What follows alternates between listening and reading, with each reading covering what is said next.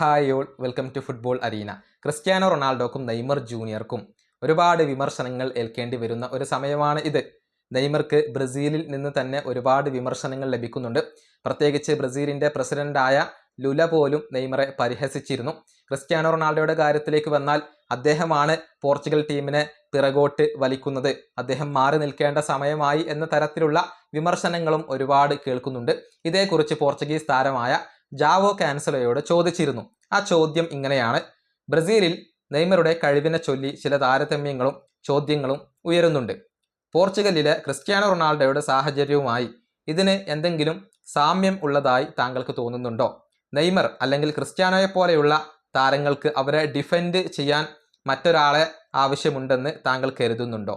ഇതായിരുന്നു ജാവോ കാൻസലോയോട് ചോദിച്ചത്. അതിന് അദ്ദേഹം നൽകിയ മറുപടി ഇപ്രകാരമാണ്: നെയ്മർക്കോ ക്രിസ്ത്യാനോ റൊണാൾഡോക്കോ ആരോടും ഒന്നും തന്നെ തെളിയിക്കേണ്ട കാര്യമില്ല. അവരുടെ കഴിവും ഫുട്ബോൾ ലോകത്ത് അവർ കൈവരിച്ച നേട്ടങ്ങളും അവർക്ക് വേണ്ടി സംസാരിക്കുന്നുണ്ട്.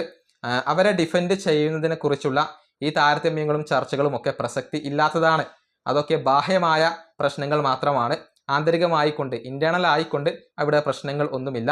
ഈ രണ്ട് താരങ്ങൾക്കും തങ്ങൾ ആരാണെന്നും തങ്ങൾ പ്രതിനിധീകരിക്കുന്ന രാജ്യത്തിന് എത്രത്തോളം പ്രധാനപ്പെട്ടവരാണെന്നും കൃത്യമായി അറിയാം.